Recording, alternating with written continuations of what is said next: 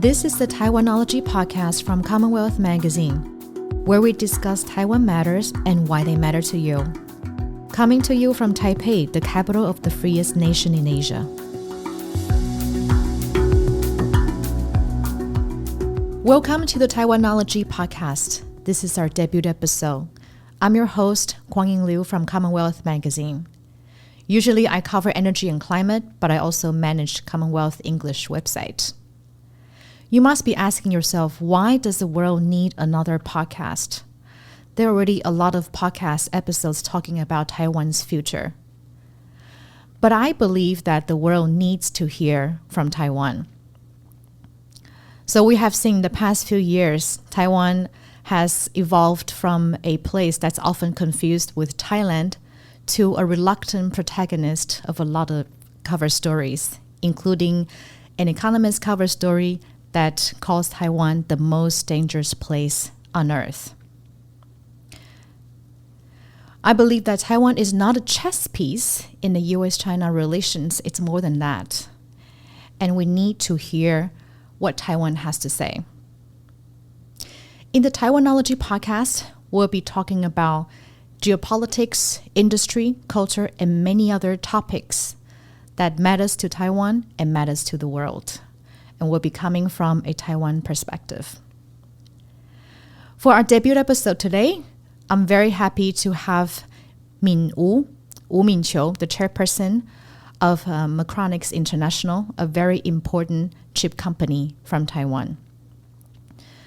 Well, why are we talking about the chip war? Is because before the year 2000, when the global chip shortage happened because of COVID, very few people knew what semiconductor chips were.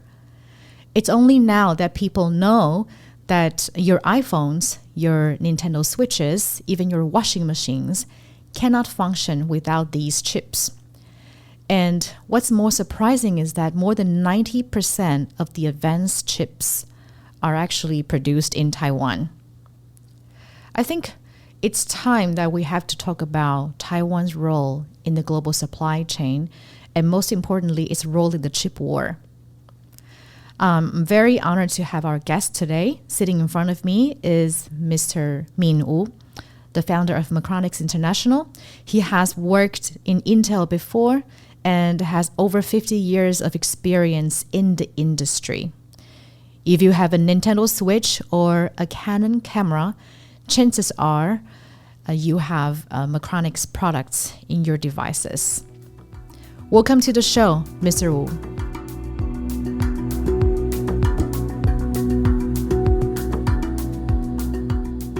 Hi, so let's hear my conversation with Chairman Wu Min-chiu. So my guest today is Chairman Miin Wu Min-chiu. He is the chairman of Macronix International, one of the most important memory chip manufacturers in the world. Hi, Mr. Wu. Hi, how are you? Good. Good morning. We're very honored to have you here in our debut episode. So, Mr. Wu, we know that you have over 50 years of experience in semiconductors. And I believe you're the best person to tell us why semiconductor chips are so important for our lives. Yes. Well, right now, everything related to smart have to have a semiconductor chip in there. Right now, the almost every machine, every consumer product, every high-end PC server, they all have a chip in there. That's why the we call the chip become the fourth generation of the industrial revolution. Okay, so what can the chip do? So, for example, can you name a few things in our lives that have the chips in there? Well, the chip has a lot of function. Of course, they have a chip resemble the brands. You know, we call the CPU or MCU type things. So they do make decisions, but they do, and there are also many other devices like memory. So you have to memory different things, or you can react. For example, you have different sensors, you have a mixed signal. So you have all kind of difference trying to behave like human being. So whatever you have, and then we can find the chip corresponding to that capability. Yeah, I think for Macronix, people know that one of the iconic products that has Macronix chips in it is Nintendo Switches. And are we allowed to discuss that? Well, only in the public domain informations. Of course, Macronix has been working with Nintendo for the last 33 years. Mm-hmm. So not only we provide some of the memory chip for their control box, but our main business actually is in the cartridge. They decided using cartridge to store all the games to sell in the market. So we own almost 85% of our market share.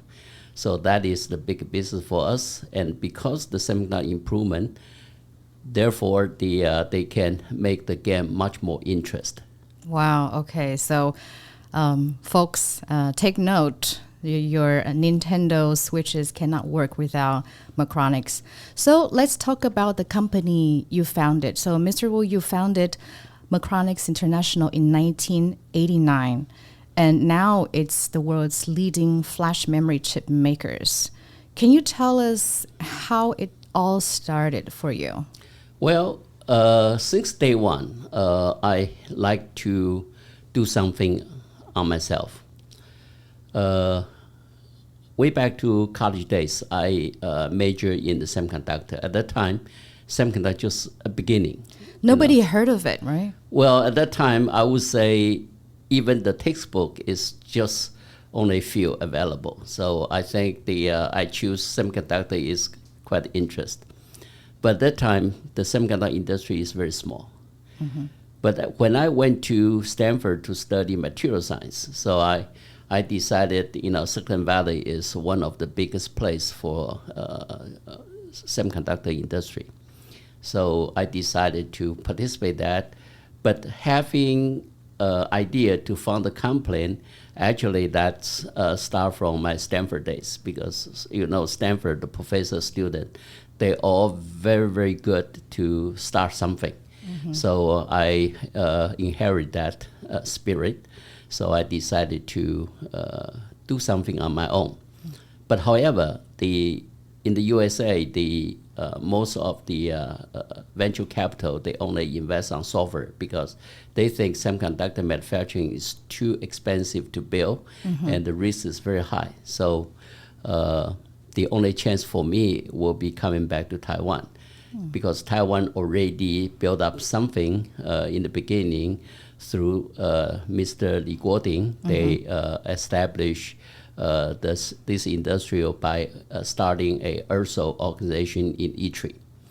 And then they also license some technology from the overseas, so they start training people. So that at that time, Taiwan has a great interest to do something in that area.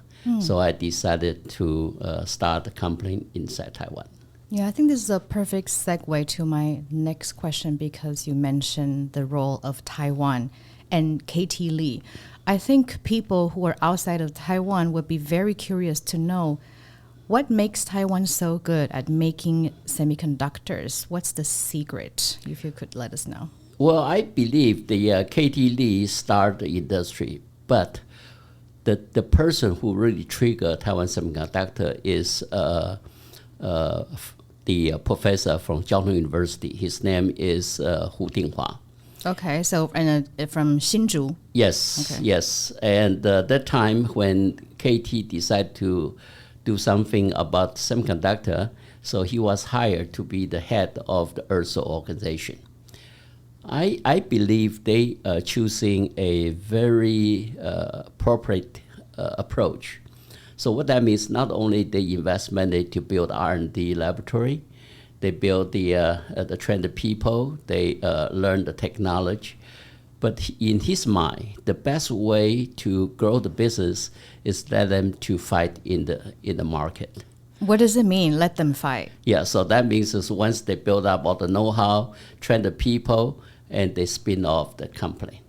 So they have to make a living in the marketplace. On their own. On their own. So that is very, very important approach. So once UMC went out and they move to the next project. So this is a larger wafers, and then the company they call the TSMC eventually. Okay, so UMC first, United Microchip first, and then TSMC followed. That's right. So that's their strategy. So they want the people to fight in the marketplace rather than continue feeding by the government's money. Right. So that is a very important approach, in my opinion. That's the correct way. So at least they established something. Even though they don't have the right technology, they don't have the right approach, but that is the beginning, the spirit for Taiwanese industrial to fight for survive. So how did it start for you, Macronix? Was that how it all how it started for you? Also, did ITRI help with Macronix founding? No, actually, Macronix funding is strictly from the VC capital.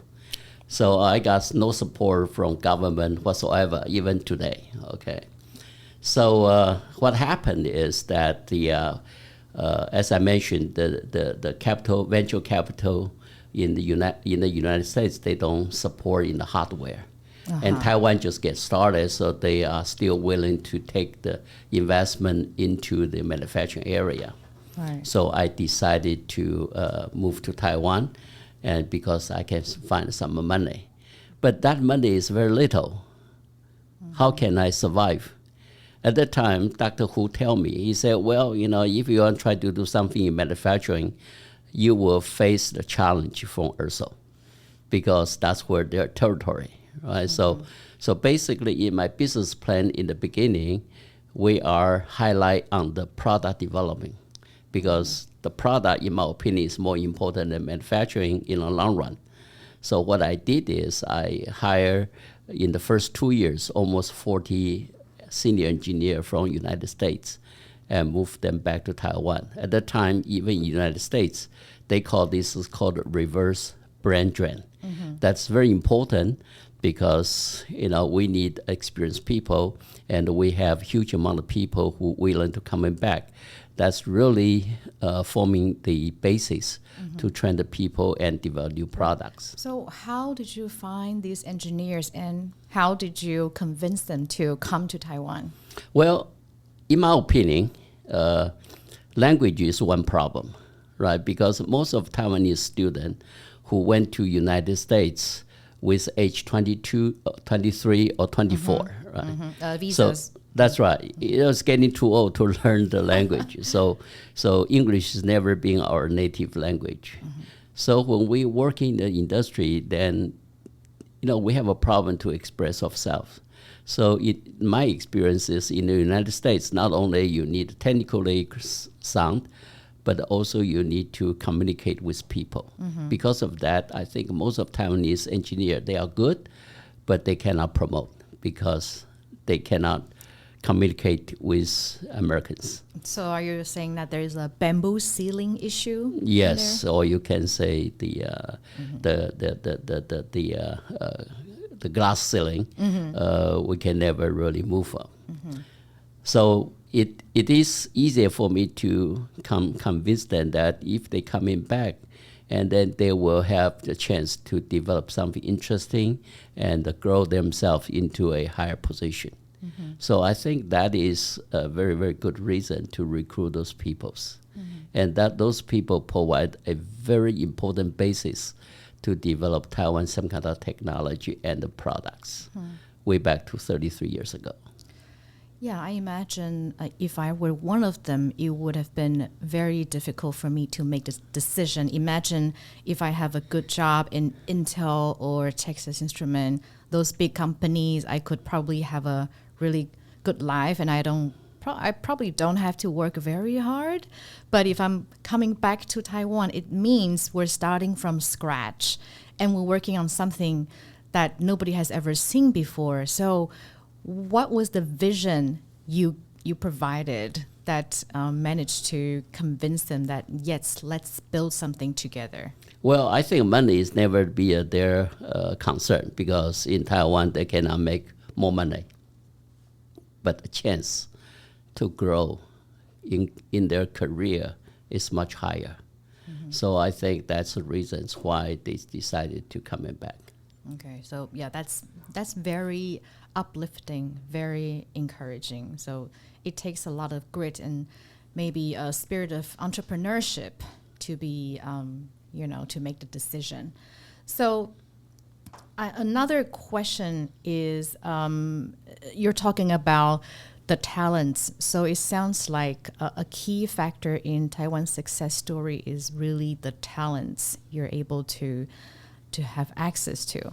So I just have this question: why do all the brightest people in Taiwan choose to become engineers? And it seems to be really different from other countries. Okay, well, before we enter that area, when we talk about why Taiwan is good, people is one, and maybe after answer this question, I like to highlight a little bit things why Taiwan really can do better.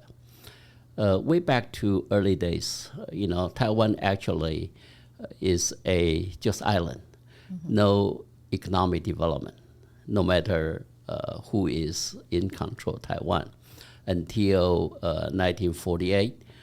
When massive of million people come to Taiwan, and then Taiwan starts seeing industry, or we call the family industry in the beginning, right? So at that time, people struggle for living.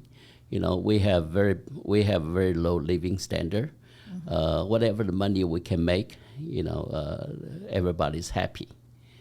So at that time, everybody knows the only way to survive is create something through the factory. At that time, we call factory is the home, right? Yes, we have home factories. That's right. Yeah. So that's one of the beginnings. So people knows about manufacturing. Because of that, what happened is in Taiwan, most of the best people, either they go to United States for further graduate study, or they stay in Taiwan. So they just do manufacturing. So what happened is that best people in Taiwan working on manufacturing, and then in the United States, in the world, not the best people working in the factories. So that means is the Taiwanese people, the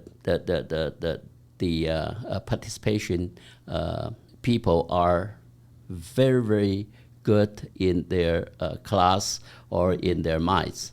So I think that's why Taiwan actually do better than the rest world in terms of the qualification of people. But also, I think people get used to manufacturing. That's why, Taiwan, everybody in Taiwan trying to do the manufacturing.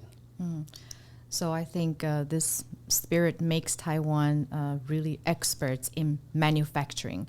But then I think in the next part of my questions, I'm going to ask you, so how can we go beyond that? So let's take a break. Yes, thank you.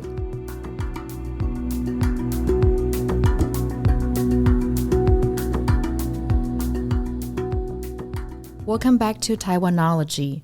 We're talking about semiconductor chips with the founder of Macronix International, Mr. Miin Wu. Hi, Mr. Wu. Hello again.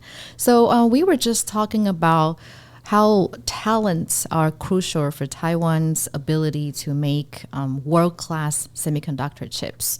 So you seem to have more to say about that. There are other secrets to Taiwan's success. Would you like to go into the details? Well, I think the second part actually relate to Macronix itself. When I decided to coming back to Taiwan to form my company, immediately I'm going to facing a challenge from Japan. In the 80s, Japan has been the best semiconductor company in the world. 6 out of top 10 semiconductor companies are Japanese. So the reason is very simple. Their people are very disciplined and hardworking. Because of that, they produce the best best cost of semiconductor and the best quality of the semiconductor devices. So what I supposed to compete with them in Taiwan, because I don't believe Taiwanese people have the same discipline. They're working hard. You didn't have faith in Taiwanese people. No, they don't. They don't. They do not have the discipline because, the industrial product already showed that. So I decided to do something a little bit different. I cannot count on people, but I can count on computers. So I was the first one to develop full computer control production line in semiconductor industry. So automated? No, it's computer control. Okay. Not automated. That's a different story. Okay, sorry. And because it's fully computer controlled, so we can collect many informations. We can control the recipe. We can collect informations. Because we can collect lots of informations, so that made me think that if I can bring in a statistic knowledge into semiconductor, that will make quite different. So I was the first one in the world to bring statistics into semiconductor. I think that is the one changing the whole world, because it's proven that with a statistic method in the semiconductor industry, we can make the best quality product, and also we can make the best cost structures in the productions. So because of that, and then this technology become developed further and further. Many my competitor or colleagues in the semiconductor industry manufacturing, they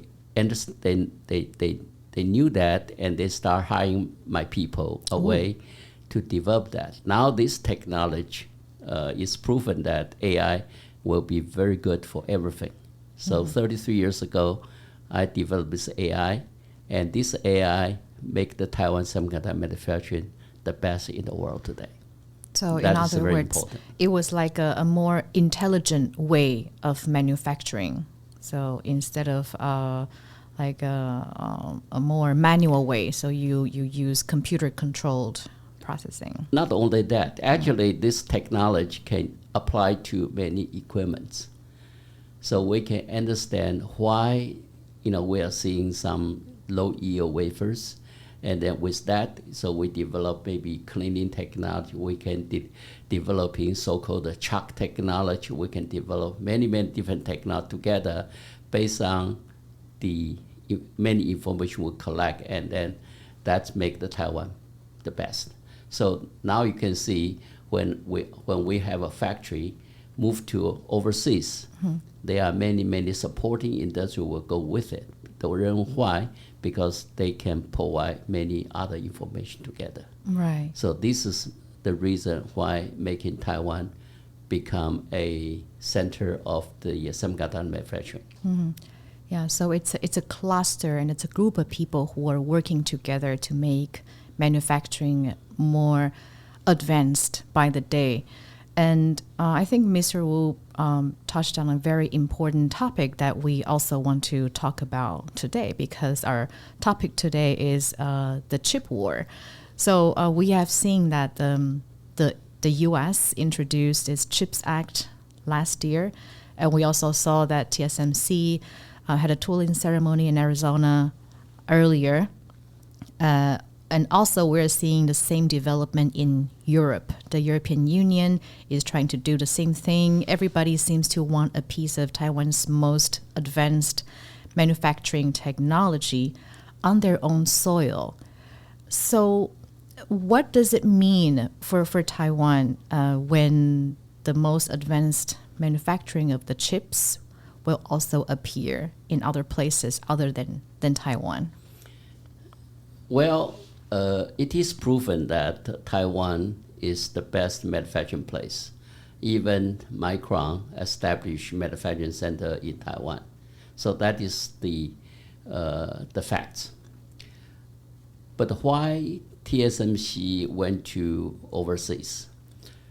Well, this is not the first time TSMC went to overseas. Based on my knowledge, they had been set up a factory in the U.S. long time ago. But the end result is they closed that factories. Was not a success. Oh. Well, I don't know, but they did close. Okay, so what that means is, manufacturing in USA is not as competitive as in Taiwan. But why they do that? My personal opinion is, of course, every country decide to do that is they are not based on their economic reasons. I think they are based on more national security reasons to do that, because the history already proved that manufacturing in US or in Europe is not a solution. Those people are good because they have very good design, or they have very good in certain technology area, and then they can make it the best in the world. So my opinion is TSMC moved to somewhere else mainly because their national security concern. Why? I think that means is Taiwan position has been concerned them. I think we probably can ask those people to tell us the true story, why they think they need us. Yeah, and I think this is the kind of question that we can maybe ask them in 20 years, not now, because, I don't think they're going to be really forthcoming right now. So this is a new situation that Taiwan is facing now. And I think another thing I would like to ask you about is, so we talked about Taiwan's expertise in contract manufacturing. So we're experts in manufacturing, but many people, they seem to be thinking that, can we go beyond that? Can we do more than manufacturing? Because we know that manufacturing is hard work. It's very, very costly. It really takes a lot of time and resources and grit. So I know that also Macronix is also investing a lot of resources to help upgrade the industry. Can you talk about the efforts? Well, as I said, my experience in the United States is that the design a product is much important than just manufacturing. And that's why the U.S. technology is much better than anybody else. They know how to make a system work better. So everybody is supporting them. Using iPhone as example. My understanding with iPhone is they make 90% or more profit from the iPhone itself. And the rest of the world only making 10%. So you mean the design, the people who design the iPhone? No, the Apple is making iPhone, okay. right? So iPhone system. But then through iPhone, they make 90% of the monies. Not only just selling iPhone itself, but many, many applications from the iPhones. That's true. So they make 90% or more of the profit. But the rest of the guys, some only make less than 10% for the rest of the guy, including the Taiwan contract manufacturing, China workers, or the assembly workers, or Korean memory company. Altogether, they only make less than 10%. Right. So what that means is, if you control the system, you won the world. But Taiwan is only focusing on the manufacturing. So if you look at all these contract manufacturing companies, their gross margin is only 4 or 5%. So at least right now, the Taiwan semiconductor creates some value, and then I think the margin is getting better and better. So what that means is we need to take a leadership in the technology in order to win that money. So what can we do? Manufacturing already demonstrate, but I don't believe that manufacturing can last forever. So the key element of the competition is to create the right product. But in Taiwan, we don't have that much strength yet. We do have some company claim they can do good job. But however, to take a leadership, I don't believe we are there yet. So that's why I personally, take the leadership in Chung University. to start, we call the Miin Wu School of Computing. We're trying to bring in the experts in computing architecture as mathematician, where hopefully we can start train many students into a system know-how. Okay. So I believe only can go into the system area, and Taiwan will take another leadership. But that will take a long time to do that. So with a good base in manufacturing, and now I hope we can train a lot more people into system area where we can create Taiwan a even much better place. Right. So we don't just want expert engineers who make things, but also those people who could design things, right? So use brains, not just hands, right? So not just hard work. That's So, correct. okay. I think that's what we're trying to do. But we all believe that will take a long time to achieve that. Okay, look at how much time I spent in Taiwan, 33 years. But right now, a lot of design companies, their senior people are Macronix trend. Or they've been participate, Macronix support the, we call Golden Silicon Award. So I think we've been helping Taiwanese students to design something in the system or in the chips. Yeah. So I think now we are talking about a future for chips. But I think now I'm also looking at the news headlines, and I think some people are still talking about a chip shortage right now. So although it's not as severe as what we saw 2 years ago during COVID. So do you think we still are experiencing a chip shortage now, and how long will this shortage last? Well, I'm as a chip supplier. I have no idea what went wrong. But my gut feeling that the chip shortage actually come from some very unique technology like mixed signal power devices. Those are the shortage, not the general memory or MCU or these devices.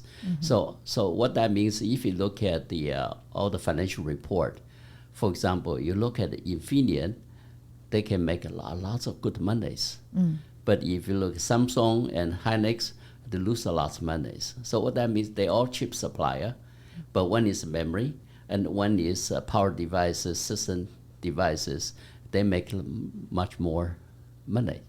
So what that means is you have to choose the right application. You have to do something unique so everybody need you. For example, power devices. Infineon did the chip, but someone else may be making the same chip. So I heard the story is if they using other people to do and find out in the system, they don't reliable. They are not reliable at all. So what that means, they have to stay with this guy. If everybody has to stay with this guy, that means they have only limited supplier. Right. That's why it's shortage. Yeah, you have to wait. Yeah. But the general memory is not, right? Everybody, Micron, the Hynix, Samsung, everybody is looking very bad. So doing the right thing is more important. We cannot just use in general industrial situation to say this is good time or bad time. Okay, I see. So it's unevenly distributed, I could see. Yeah.